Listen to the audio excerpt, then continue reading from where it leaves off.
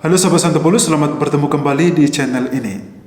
Dalam katekesi santai kali ini, kita akan membahas lebih detail tentang Rabu Abu dalam liturgi Gereja Katolik. Apa sajakah yang perlu kita pahami mengenai Rabu Abu ini? Silahkan simak katekesi ini atau simak penjelasannya di sini.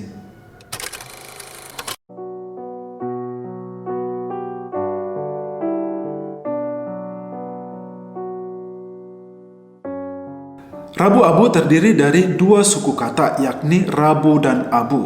Rabu itu artinya adalah hari Rabu biasa, dan Abu itu artinya adalah abu atau debu. Penambahan kata abu pada hari Rabu karena menggunakan abu sebagai simbol dari liturginya. Dalam liturgi Gereja Katolik, Rabu Abu adalah hari pertama masa Prapaskah atau masa pertobatan. Mungkin Anda bertanya, mengapa harus Rabu Abu? Mengapa tidak Kamis Abu atau Minggu Abu? Saya akan menjelaskannya begini. Umat Katolik berpuasa selama 40 hari di masa Prapaskah. Waktu berpuasa selama 40 hari ini merupakan contoh dari puasa yang pernah dilakukan oleh Nabi Musa, Nabi Elia, dan juga Yesus Kristus. Di mana dalam kitab suci dikisahkan bahwa setelah Yesus dibaptis di Sungai Yordan, dia langsung pergi berpuasa selama 40 hari 40 malam di padang gurun. Jadi berpuasa selama 40 hari yang dilakukan oleh orang Katolik ini berasal dari kisah-kisah ini. Nah, akhirnya Gereja Katolik menerapkan masa puasa itu selama 40 hari sebelum hari raya Minggu Paskah yang dimulai pada hari Rabu Abu. Sebenarnya jika kita hitung dari hari Rabu Abu sampai hari raya Paskah terdapat 46 hari. Lah, kok bisa? Kok bisa sisa 6 hari? Jawabannya adalah berpuasa dalam Gereja Katolik itu hanya berlaku selama 6 hari dalam seminggu, yaitu dari Senin sampai Sabtu. Hari Minggu tidak dihitung sebagai puasa dan pantang karena dalam liturgi Gereja Katolik setiap hari Minggu itu adalah hari kebangkitan Tuhan. Jadi selama masa Prapaskah, setiap hari Minggu itu tidak ada istilah pantang dan puasa.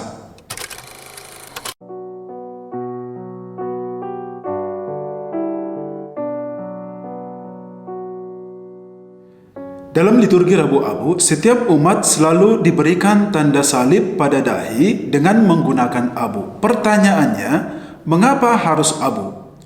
Alasan pertama, karena abu merupakan lambang dari pertobatan.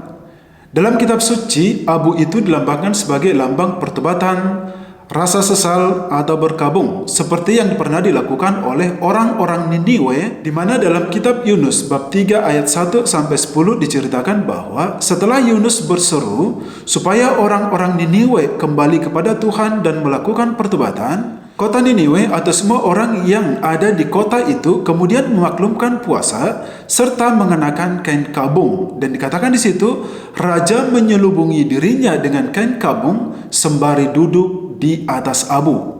Jadi ketika dahi kita diolesi dengan abu, kita siap untuk melakukan pertobatan. Makanya saat Romo mengolesi dahi umat dengan abu, Romo selalu berkata, bertobatlah dan percayalah kepada Injil. Alasan yang kedua adalah abu itu melambangkan kefanaan manusia. Dalam kitab Kejadian bab 2 ayat 7 dikatakan bahwa manusia berasal dari tanah dan akan kembali kepada tanah. Nah, dari sini kita bisa memahami bahwa ternyata pusat dari ibadah Rabu Abu adalah Kristus, yakni dengan simbol abu.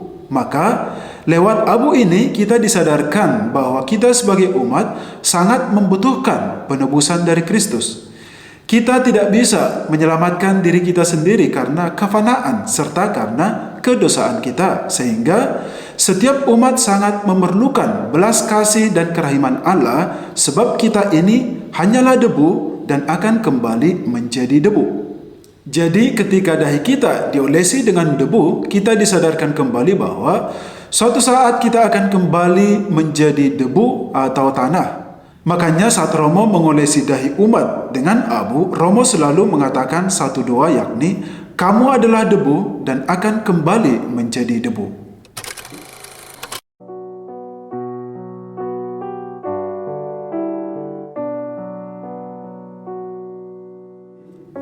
Inilah serba-serbi tentang Rabu Abu yang patut Anda pahami.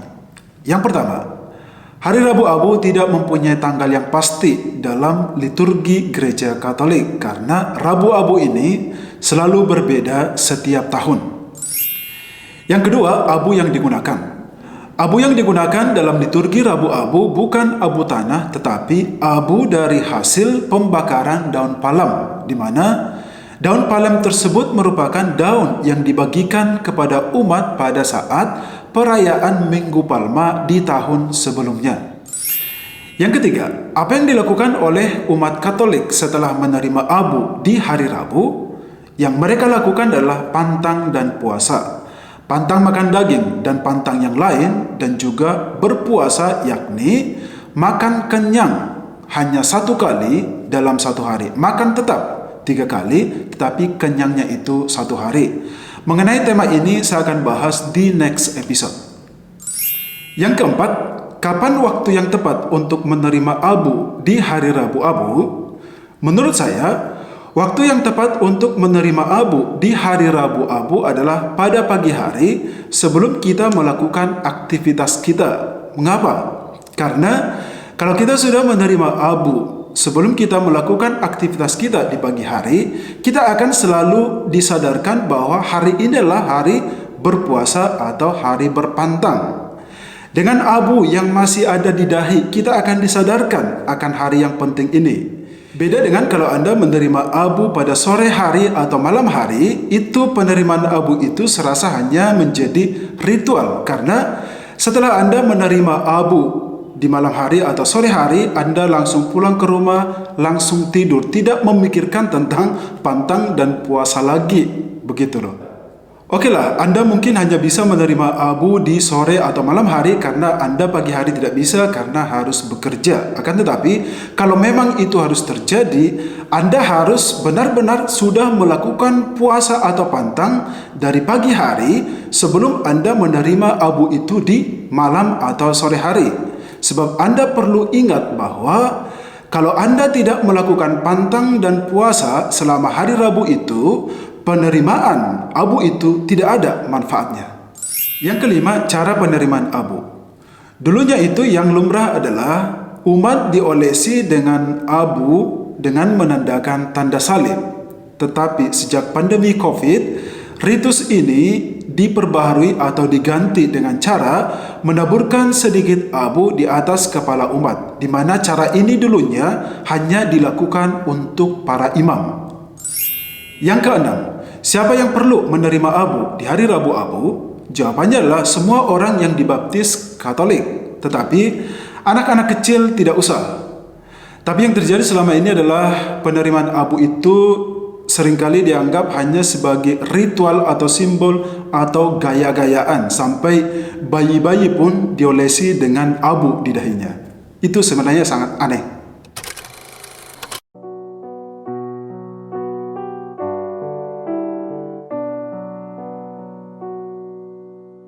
Sahabat Santo Paulus, demikianlah penjelasan saya tentang makna Rabu Abu dalam liturgi Gereja Katolik. Sekali lagi perlu kita ingat baik-baik bahwa penerimaan abu di hari Rabu adalah untuk mengungkapkan sikap penyesalan dan pertobatan kita yang didasari dengan kesadaran akan kefanaan diri kita serta kesadaran bahwa betapa bergantungnya hidup kita dengan rahmat Kristus. Lambang abu merupakan tanda peringatan bahwa kita adalah manusia yang penuh dengan dosa dan sudah membuat Yesus disalibkan untuk kesekian kalinya karena dosa-dosa yang telah kita perbuat itu. Maka dengan menerima abu di dahi dan juga di atas kepala kita melihat itu sebagai bentuk dari rasa penyesalan kita yang sangat mendalam karena kita telah berdosa sehingga kita perlu melakukan pertobatan. Dan pertobatan ini hanya bisa diwujudkan dengan cara berpantang dan berpuasa atau rajin banyak berdoa dan juga bersedekah. Sampai ketemu di episode selanjutnya.